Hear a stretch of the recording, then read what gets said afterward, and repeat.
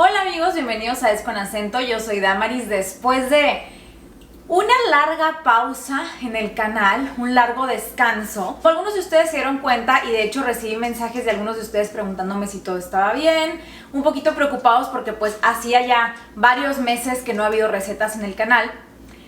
Quiero contarles que todo está excelentemente bien y la razón por la que he estado un poquito perdida de YouTube es que estoy esperando a mi primer bebé. Probablemente algunos de ustedes ya estaban enterados porque anuncié la noticia en redes desde hace un par de semanitas.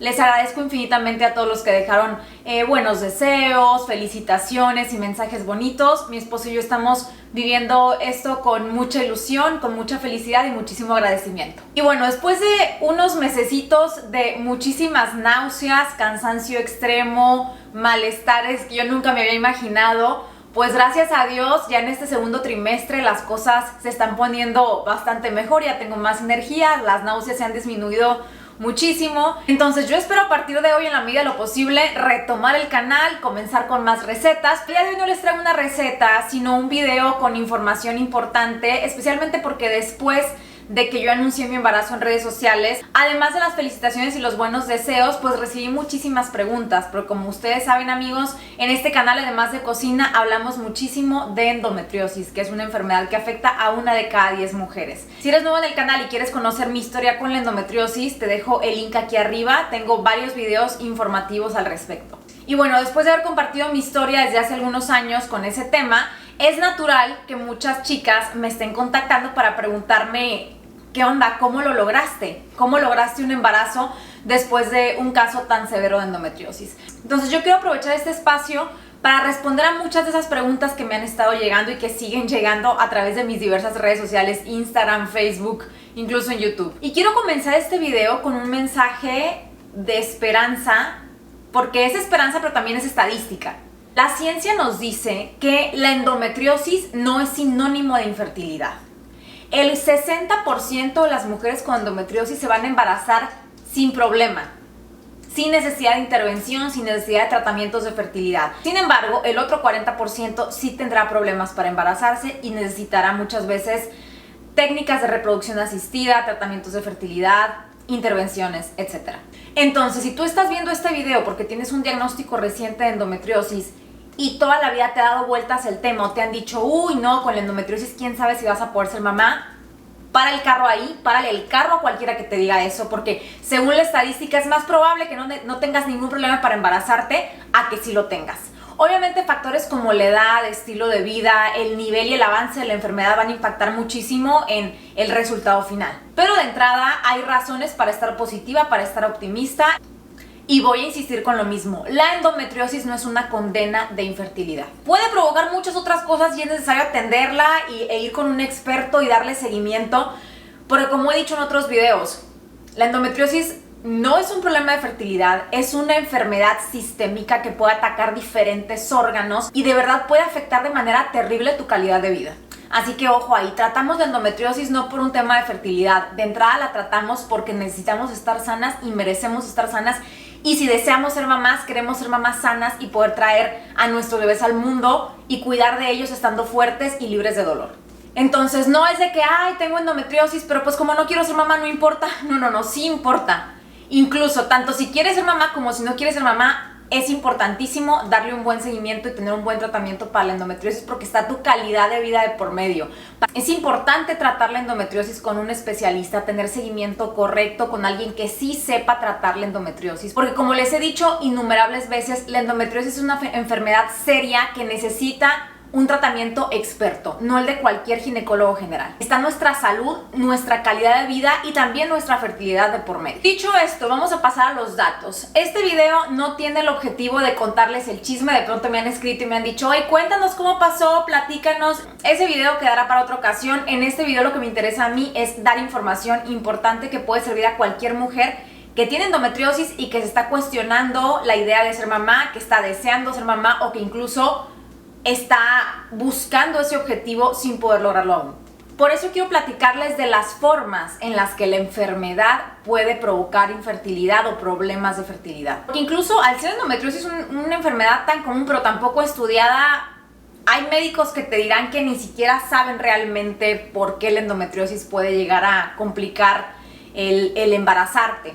Pero sabemos a ciencia cierta que hay ciertos mecanismos de la enfermedad que pueden generar problemas de fertilidad. El primero de ellos, hablando de una endometriosis tanto grado 4, que sería la más severa, como un grado 1 o 2, que es leve a moderada, la endometriosis en general provoca un ambiente hostil para el embrión.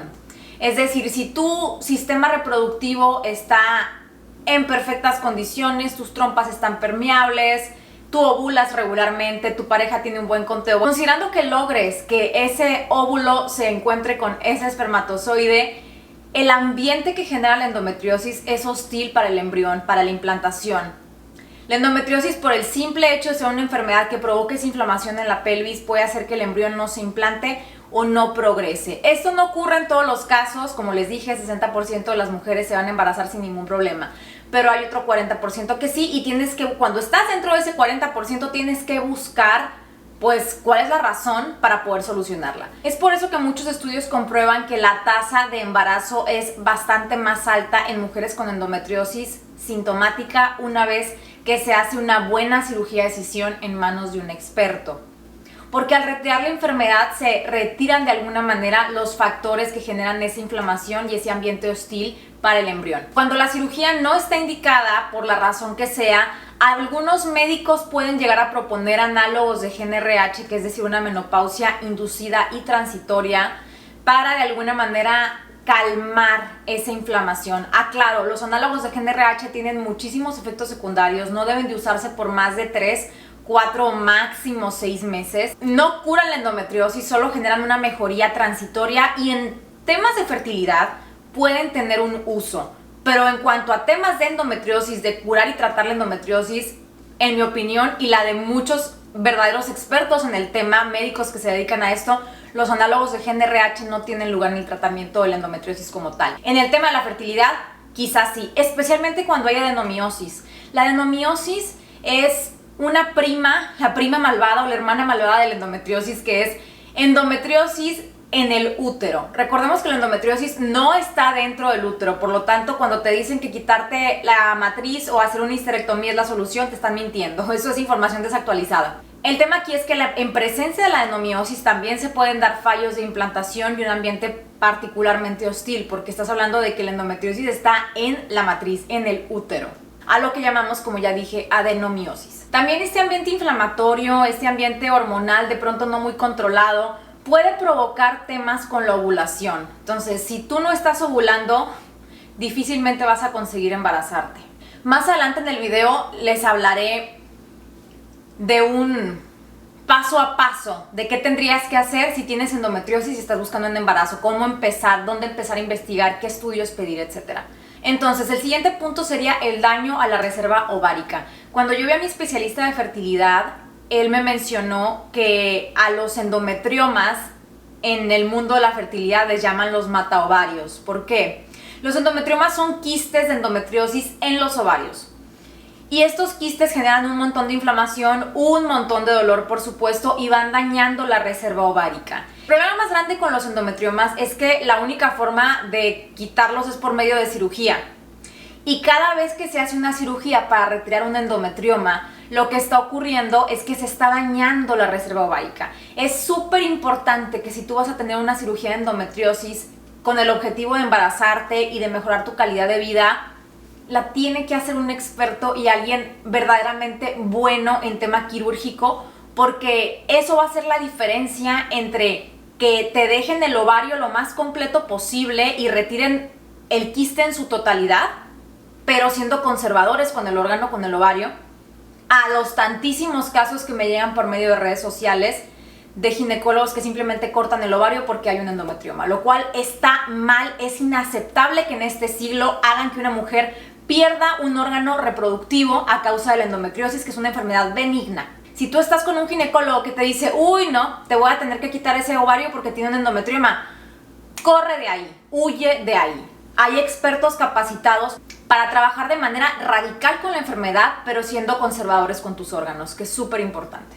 En algunos casos de cirugía de endometriosis, cuando la mujer está buscando fertilidad, lo que se busca, lo que se le propone a la mujer, dependiendo de la edad, dependiendo de las circunstancias, es hacer una estimulación ovárica, es decir, extraer y congelar óvulos antes de la cirugía.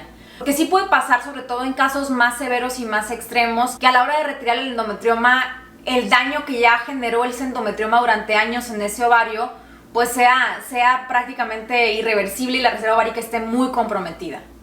Entonces, eso solamente te lo puede decir tu médico, tu experto, el especialista en fertilidad de tu confianza.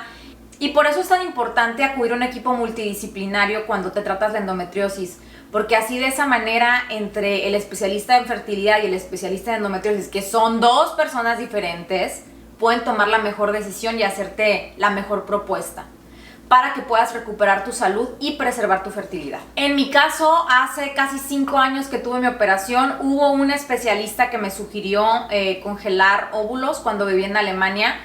Mi médico, el que al final me operó, él me dijo, está tan seria la cosa, porque para quienes no conocen mi historia con la endometriosis, mi caso de endometriosis era extremadamente severo, mi calidad de vida estaba extremadamente comprometida, yo estuve muy cerca de tener una obstrucción intestinal por tener infiltraciones de endometriosis dentro del intestino. Entonces, el simple hecho de que a mí me dijeran, oye, congela óvulos, yo decía, yo no voy a tolerar una estimulación ovárica, porque estamos hablando de que la estimulación ovárica implica inyectarse hormonas por varios días, por un par de semanas, luego tener una mini operación en la que se hace una punción en el ovario y se extraen los óvulos. Es así como se congelan. Para algunas mujeres era opción, para mí en aquel momento no lo fue. Pero eso depende, por supuesto, de cada caso, y el experto de tu confianza es el que mejor te puede asesorar. A mí el doctor Manuel López de la Torre y el doctor Marco, hace poco en un congreso de endometriosis que estuve este año en Guadalajara, me comentaban que recientemente la gran mayoría de las mujeres con endometriomas que ellos han operado han podido embarazarse de manera espontánea, por fortuna, porque bueno, las técnicas de cirugía de escisión, de trabajo en órganos reproductivos pues van avanzando, y pues por eso es tan importante ir con un experto. Otro problema que genera la endometriosis son los daños estructurales, especialmente a las trompas de falopio. Ya dijimos que la endometriosis puede impactar diversos órganos en el cuerpo. Se ha encontrado endometriosis hasta en el cerebro, en los ojos. Es una enfermedad que de verdad se tiene que tomar en serio. Pero la localización más común de endometriosis es en la pelvis, en ovarios, en saco de Douglas, en intestinos, en general en la pelvis. Y en las trompas de falopio no es la excepción. ¿Qué pasa? Que la misma inflamación y la misma endometriosis puede provocar bloqueos en las trompas de falopio. Y si una trompa de falopio está bloqueada, estamos hablando de que son estructuras tan delicadas, tan finas, que es muy difícil repararlas. La buena noticia es que si tú quieres saber si tus trompas de falopio están o no están obstruidas, hay un estudio que se llama histerosonosalpingografía, que es un estudio de rutina tanto en clínicas de fertilidad como en clínicas de endometriosis. No es un estudio particularmente caro, y con él puedes saber si hay o no hay obstrucción en trompas de falopio. A veces cuando la obstrucción no es muy severa, el mismo líquido o el mismo tinte que utilizan para hacer el estudio, porque básicamente inyectan un tinte en tu útero dirigido hacia las trompas de falopio, ese mismo líquido puede desobstruir una trompa que esté ligeramente ocluida. Si hay una obstrucción total, va a ser muy difícil que haga la diferencia. Pero sí hay evidencia anecdótica de que después de una histerosonosalpingografía podría lograrse un embarazo más fácilmente cuando hay un factor tubárico ligero. No extremo, por supuesto. Si resulta que tienes una trompa obstruida y la otra está permeable, pues siempre será posible un embarazo aunque haya una sola trompa permeable mientras ese ovario esté ovulando. Cuando hay factor tubárico en ambas trompas y ambas trompas están obstruidas y están en mal estado, o incluso si tuviste una cirugía de endometriosis y retiraron las trompas de falopio porque estaban muy dañadas, en esos casos en particular, la única opción de tratamiento de fertilidad sería la fertilización in vitro.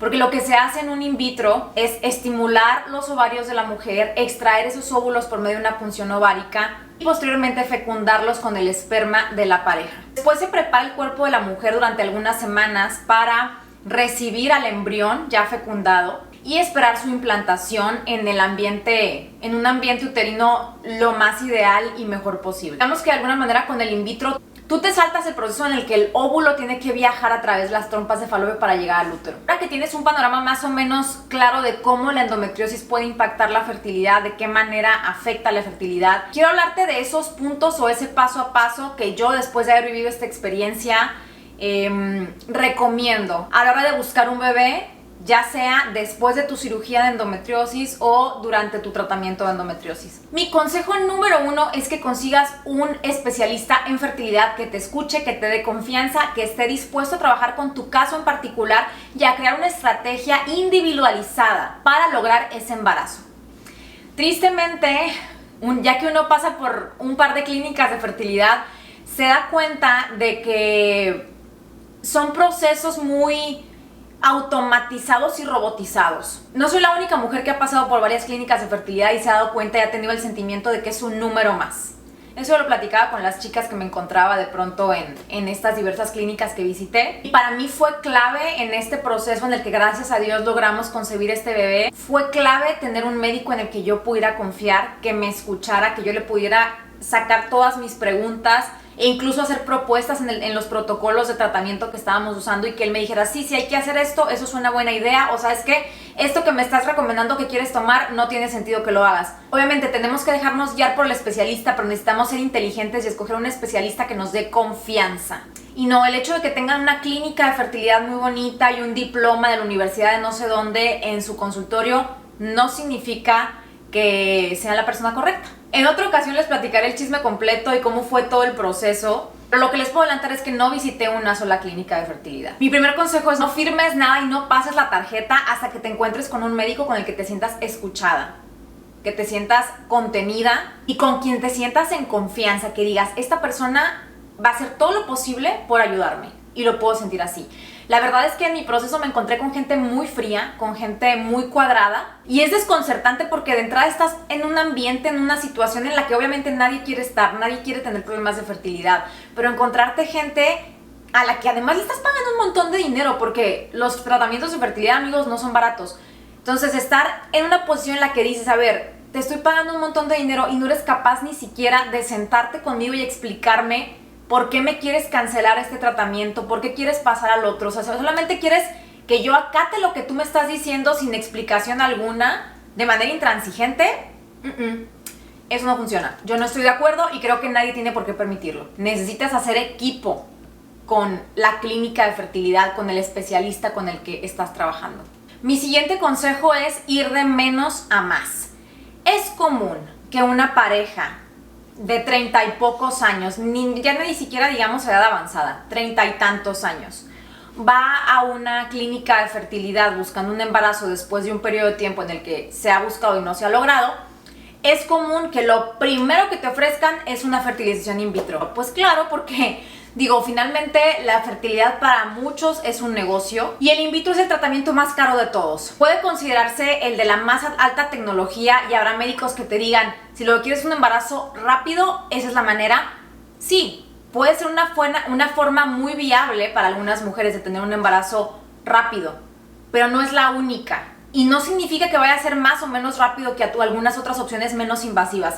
Recordemos, la fertilización in vitro no solamente es muy costosa a nivel económico, sino que tiene un alto costo a nivel emocional y a nivel físico también. Se los digo porque lo viví en carne propia y en mi caso, por el daño que hizo la endometriosis a mi reserva ovárica durante tantos años de tratamientos fallidos y de que hubo médicos que simplemente no me escucharon y me aseguraron que todo estaba bien. En mi caso, la opción más viable fue hacer una fertilización in vitro. Pero este no es el caso de todas las mujeres y creo que es importante, sobre todo si no hay factores de tiempo tan apremiantes, darse la oportunidad de intentar con métodos menos invasivos. Si, por ejemplo, estructuralmente todo está bien, ya tuviste una buena cirugía de endometriosis, estás ya recuperando tu vida, tu calidad de vida, tu salud, pero todavía no logras embarazarte, lo primero que habría que comprobar es que estés ovulando. Y esto se puede comprobar de diferentes maneras. Existen kits de ovulación, como pruebas de ovulación similares a las pruebas de embarazo. También se puede utilizar el método de la temperatura basal para comprobar que estés ovulando o no. Una vez que compruebas que estás ovulando, si resulta que no tienes una ovulación constante o no estás segura de estar ovulando, tu médico puede recetarte medicamentos para promover la ovulación de una manera mucho menos costosa y mucho menos invasiva que, por ejemplo, una fertilización in vitro. Además de tomar estos medicamentos, el médico puede hacerte un ultrasonido en ciertos días específicos de tu periodo para comprobar que en efecto estás ovulando y posteriormente a esto hacer coito programado. Si eso no funciona, la siguiente opción probablemente sería una inseminación artificial y sobre todo si hubiera algo de factor masculino, que ese es otro punto muy importante. El hecho de que tú tengas endometriosis y no hayas conseguido embarazarte a pesar de intentarlo en el último año o años, no significa que necesariamente el problema lo tengas tú. Muchas veces cuando estás en esa posición asumes que por supuesto si no se logra un embarazo es por tu culpa. Bueno, no precisamente. Esto es 50 y 50, amigas. Y siempre que vayas a iniciar un tratamiento de fertilidad o vayas a indagar en tu salud reproductiva, es importantísimo que tu pareja se haga por lo menos un conteo de esperma. Tanto tú te tienes que hacer estudios para saber qué está pasando por tu historial de endometriosis, etcétera. Él también se tiene que hacer estudios. El panorama de fertilidad de un hombre puede cambiar en 3 meses. Obviamente es muy importante atender las causas de ambas partes, así que no asumas que el problema eres tú. Puede que haya algo que trabajar en ambas partes o incluso en el hombre. Ahora, otra opción de tratamiento, si el tema del coito programado y la estimulación para ovulación no funcionan, el siguiente paso probablemente sería la inseminación artificial, especialmente si hay factor masculino. Si no hay factor masculino, ya puede uno cuestionarse si es necesario irse a otros niveles y utilizar otras herramientas más avanzadas. Puede haber médicos que dependiendo de la situación particular te digan, ¿sabes qué? La inseminación artificial vale la pena hacerla o no vale la pena hacerla y más vale saltar al in vitro. Ahora, si tú por tu historial estás sospechando que tu problema puede tener que ver con reserva ovárica disminuida, por historial de endometriomas o de múltiples cirugías ováricas, lo primero que tendrías que hacer al llegar a la clínica de fertilidad es pedir un conteo de folículos antrales, es decir, durante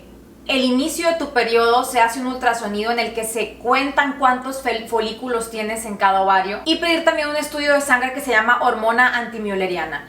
Con la hormona antimülleriana más el estudio de folículos centrales puedes darte una idea de cómo está tu reserva ovárica, qué tan afectada o qué tan disminuida puede estar. La antimülleriana te puede salir por los suelos a causa de los endometriomas y las múltiples cirugías en ovarios. Eso no significa que no te puedas embarazar, sobre todo a una edad temprana. Si estás en una edad más avanzada, pues ya estamos hablando también que el problema no es solo la cantidad disminuida de óvulos, sino la calidad. Pero tenemos que recordar siempre, si tienes un diagnóstico de antimülleriana baja o de reserva ovárica disminuida, es que necesitas un óvulo para embarazarte. Cuando realmente es importante el número de la hormona antimülleriana es cuando vas a hacer un in vitro. Porque si tu hormona antimülleriana está extremadamente baja, si tu reserva ovárica está disminuida o incluso ya existe un fallo ovárico, en ese caso hacer un in vitro ni siquiera tendría sentido. Porque si tú no estás generando folículos mes con mes, si no hay óvulos disponibles, aunque te echen toda la farmacia encima de hormonas, pues no vas a conseguir esos óvulos que tanto necesitas para embarazarte. En casos así de extremos, la opción más viable sería el embarazo por medio de ovodonación. El tema de la ovodonación depende mucho de país en país. Por ejemplo, en España tiene que ser por ley anónima. No te puede donar un conocido, por decir. Tiene que ser 100% anónimo el proceso y lo controlan las clínicas de fertilidad. Mientras que en México, en Latinoamérica, en Estados Unidos, la ovodonación no tiene que ser necesariamente anónima. Una persona de tu familia puede decidir donarte óvulos de manera altruista o puedes recurrir a una clínica que tenga un banco de óvulos, etc. Este es otro tema largo y complejo, pero lo que te quiero decir es, incluso si te dicen que ya no tienes óvulos, que tu reserva ovárica quedó destruida a raíz de la endometriosis o de alguna otra enfermedad, incluso para mujeres que no tienen ovarios, el embarazo por medio de ovodonación es una opción.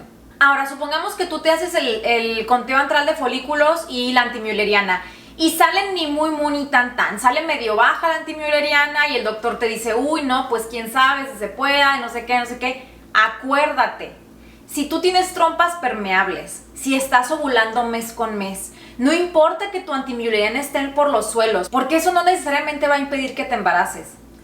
La antimülleriana y el conteo antral de folículos son un número, pero no se traduce directamente a la realidad y no significa, tampoco es una condena de infertilidad. Hay muchas mujeres con antimüllerianas bajas que se embarazan de manera espontánea mientras sus trompas de falopio estén permeables, mientras estén ovulando mes con mes, mientras sus parejas tengan un buen conteo de esperma y espermas sanos.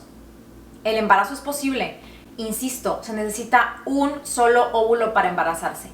Cuando la antimülleriana y el conteo alteral de folículos bajos son un tema, es cuando vas a hacer un in vitro. Pero si tú todavía no estás ahí en ese punto, tienes opciones menos invasivas y más baratas para lograr ese embarazo. Pero muchas veces es cuestión de invertir tiempo y paciencia. Y amiga, yo sé que es difícil, yo sé que no es fácil. En resumidas cuentas, si tienes historia de endometriosis y estás buscando un embarazo, lo primero que tienes que hacer es 1. Comprobar que estás ovulando. 2. Comprobar que tus trompas de falopio están permeables. Para un embarazo espontáneo es necesario tener trompas de falopio permeables. Esto, como lo mencioné, se consigue por medio de una histerosonosalpingografía.